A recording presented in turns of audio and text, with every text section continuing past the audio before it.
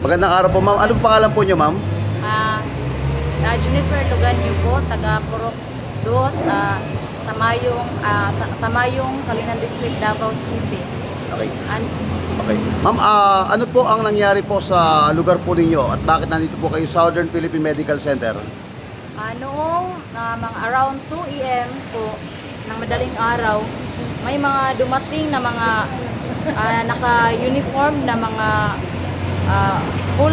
parang full battle geared na mga pulis, pero hindi ko matiyak na ilan sila kasi pumasok sila bigla sa aming bahay, sabay tadyak sa kanilang mga paa, tapos napasok nila yung bahay at saka diretsyo yung mga baril nila na parang Armalite nakatutok diretsyo sa forehead ng aking asawa. Pagkatapos nun, sabay nakagising yung aking anak kasi sa pagtadyak nila sa aming pintuan. Kaya nagising yung anak ko at bigla nakita na niya yung buong mga pangyayari. Tapos, after nun, tinutukan niya ng Armalite yung asawa ko, mga 2, 3, 4, 5, halos 4 hours sila nandoon sa amin. Sa loob ng mga 4 na oras, hindi ko pa alam kung anong mga nangyari sa aking mga kapitbahay.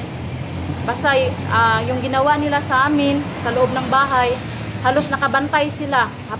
Halos 4 na oras, mga 2 or 3 na mga pulis na walang nameplate, tapos nakamas, mata lang yung nakikita nila. Tapos hindi magsasalita kahit anong tinatanong namin.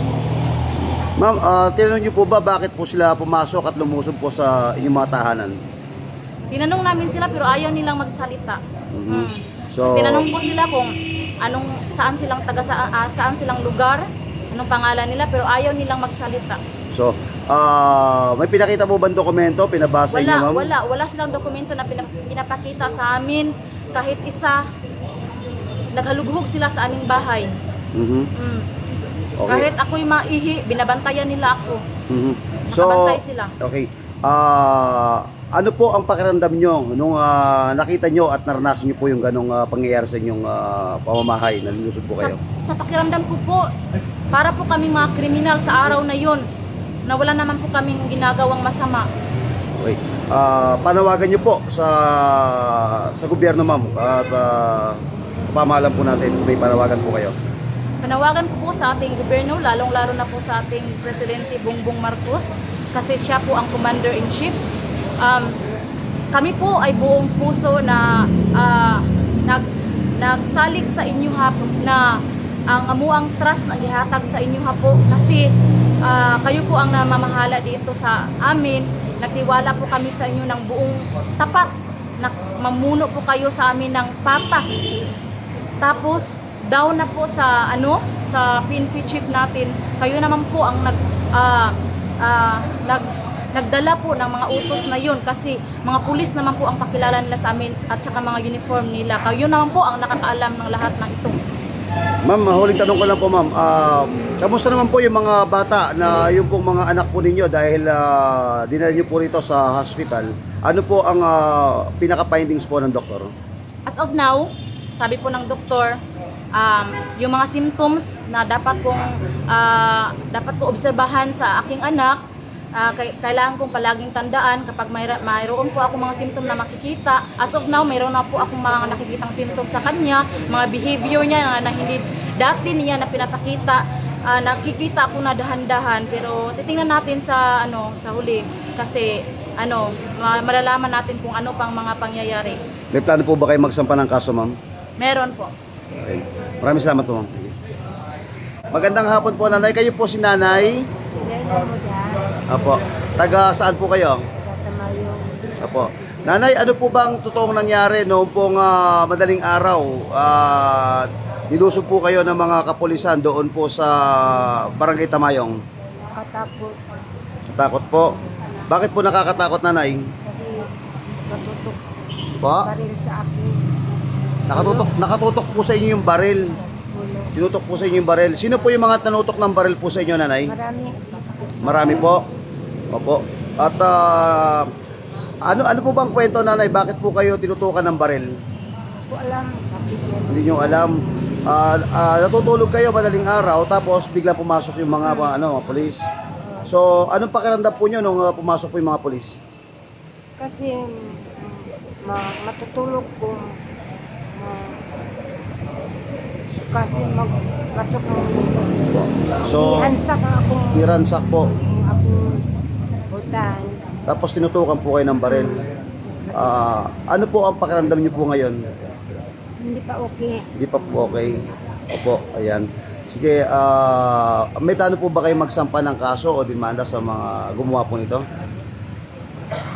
Kung magpuan nga mo mga kapatid, mga kasama. Opo. Okay, nanay. Maraming salamat po, nanay, ha. Thank you po. Tagalog lang, okay lang. Opo. Magandang araw po, sir. Ano ang pangalan po nila? Alfredo Solis, Alfredo Solis. Sir Alfredo, taga saan po kayo? taga Tamayong, Taga Tamayong. Purok, doon. Oo. Sir Alfredo, ano po ba talaga ang totoong kwento noong pong madaling araw diyan po sa barangay Tamayong? Pwede pa kakwento po sa amin? Okay. Nitong August 5, alas 2 sa kadlawon, gilusog mi sa mga SAP o mga pulis din isipa ang among mga kwarto o itutukan mi og armas nga tagas nga kalibre pagkahuman ni ingon sila nga dapa motong ni dapa mi pagkahuman. Ako siyang giingnan ko, sir, unsa may among sala, sir, nga nung inyo may giinganani, labag ni sa batas, wala ni sa balaod sa gobyerno, nga inyong manutok mo og tao ug armas. Unsa among sala, sir, nga nung giinganani mi ninyo. Ingko panalanginan mo sa amahan. Ni ingon na ito isa ka pulis. Ano po ang sagot ng mga pulis sa tatay? Ningon po siya, sir, nga ningon siya nga ay may pahabol pa si tatay. Tagalog man, sir, ang nagkuhan sa ko pagkahuman. Ang ako na pong anak ni gawas kay naka-eskwela man siya sa criminology, 2 ka tuig, motong ni gawas, naglali sila dito. Nya dili man gyud maningog, sir. Bisag giunsan niya pag-istorya nga labag sa batas ang ilang gibuhat niya, sir. Kay nakaibalos siya sa mga balaod sa panggobyerno nga diin ang balaod sa gobyerno ilang gito, sir, nga diin ang tanan nga gitutukan kami tanan, sir, gitutukan og armas, ipagawas mi paghuma pagawas, ipicturan mi nya ang among balay gihalughog ipang ang among mga butang gipangkuan sa gitak-gitakan ilang butas nga puting ugawa ug ang among mga sanina gikabtanan, sir. Sir, sinabi po nyo, pinasok kayo sa bahay, tinutukan po ba kayo ng baril? O tinutukan po kami, sir, pinadapa at dalawang armado na pulis. Sir, natanong nyo po ba doon sa mga pulis kung meron po silang search warrant o warrant of arrest na dala? O akong gipangtana, sir, akong tingnan sila, sir, nga napa mo search warrants o warrant of arrest. Wala din sila maningog, sir. Wala po sila. Nakabunit. Motong akong tingnan sila. Wala po ba kayo nakilala sa mga naka-uniforme, sir? Wala yun, sir. Wala. So, ano po ang naging epekto sa inyo dito pong mga paglusob po ng mga kapulisan to na madaling araw na tutukan po kayo ng baril, sir? Kasinugdan, sir, murag wala lang sa, sir. Pero pag-abot pagkahapon, dito na ko na kuyaw-kuyawan pa. Kaya masir niya, lusog na po sila makagabi. Motong, sa hindi ko katulog, mukalit kong bangon. Labi na ginay makasuikas, makamata dahil ko, sir, ba? Sa ngayon, sir, ano po plano po ninyo? Magkasampa po ba kayo ng reklamo o demanda laban po sa mga kapulisan na to? Mung sampa yung kwan, sir, kanang kaso, sir, kay tungod kay sa ilang gibuhat, sir. Dili gini tawhanon, balaod nun sa gobyerno sa ilang gibuhat, sir. Luog ang ilang ipagbuhat, sir.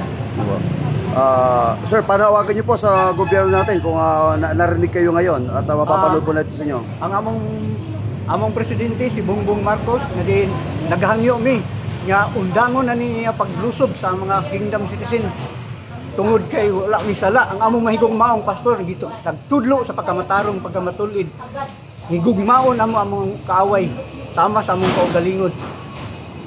Naghangyo lami sa mga dagko nga mga opisyal sa among nasod sa Pilipinas nga diin ang mga military, pulis. Kami naghangyo nga undangon na nila ni Kay kung magsige na ingon ani, wala na. Susama kaniya to sa gibuhat ni Marcos sa iyang amahan. Mao sa gibuhat niya karon. Nibalik ang tanan nga gibuhat ni President Marcos Sr. Mo nang nahangyo mi nga undangon na nila. Kay kung dili na nila undangon, makagubot yun ang nasod sa Pilipinas nga din. Ang tanan nga katawhan mo alsa yun niya ng ilang gibuhat susama kaniyadto. Ug mao ra na daghang salamat. Magmayong hapon sa tanan. Nagsal po.